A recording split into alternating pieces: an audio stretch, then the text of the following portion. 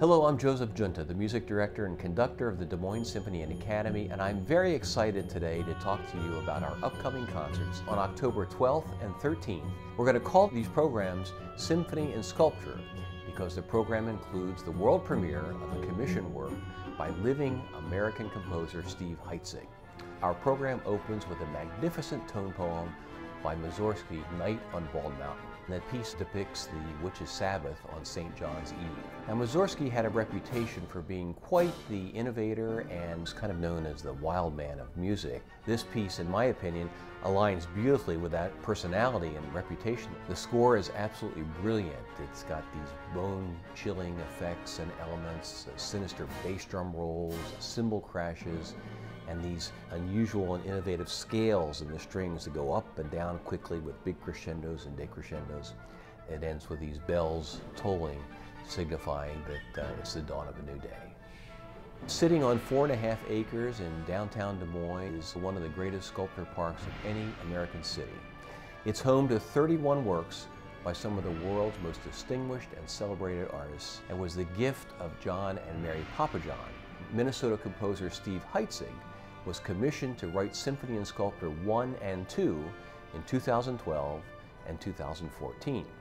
But the real treat will be his newest additions to the sculpture park, Symphony and Sculpture 3. Also accompanying this music is a wonderful film created by Brian Fizer, an award-winning filmographer who has taken some beautiful shots of the sculpture park to demonstrate Steve HEITZEG's humor. The second movement of Symphony and Sculpture 3, Pumpkin Large, is a craft beer polka. It's very funny and it's very appropriate, I think, because the pumpkin does have a kind of a visual sense of humor. This is based on the traditional Johann Strauss Jr. champagne polka, where in the middle of that piece someone brings out a bottle of champagne, it is opened, and the conductor toasts the audience.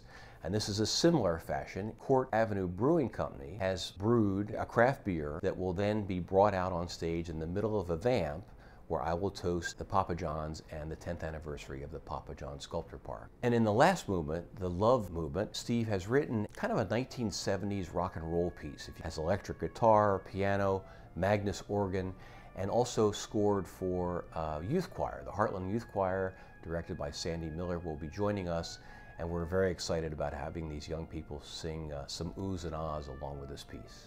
Now, the final piece on the program is Rimsky-Korsakov's Scheherazade. Scheherazade is a piece that's actually a story about a storyteller who inspired this very unusual and exotic music. The Sultan believes that all women practice infidelity, so he vows to slay each woman after the first night. But once the Sultana Scheherazade stays with him, she tells him wonderful stories from 1001 Nights. He's so taken by her presentation and how she tells these stories to him that he postpones her execution night after night after night until he finally falls in love with her and renounces her execution. Now, not only is this one of the most magnificent tone poems in all of our repertoire, but it's also a true benchmark for orchestration. The way he assigns just the perfect instrument to blend or the perfect instrument to solo is quite remarkable, and I'm always excited about conducting this piece. The program will be October 12th and 13th at the Civic Center, and I look forward to seeing you all there.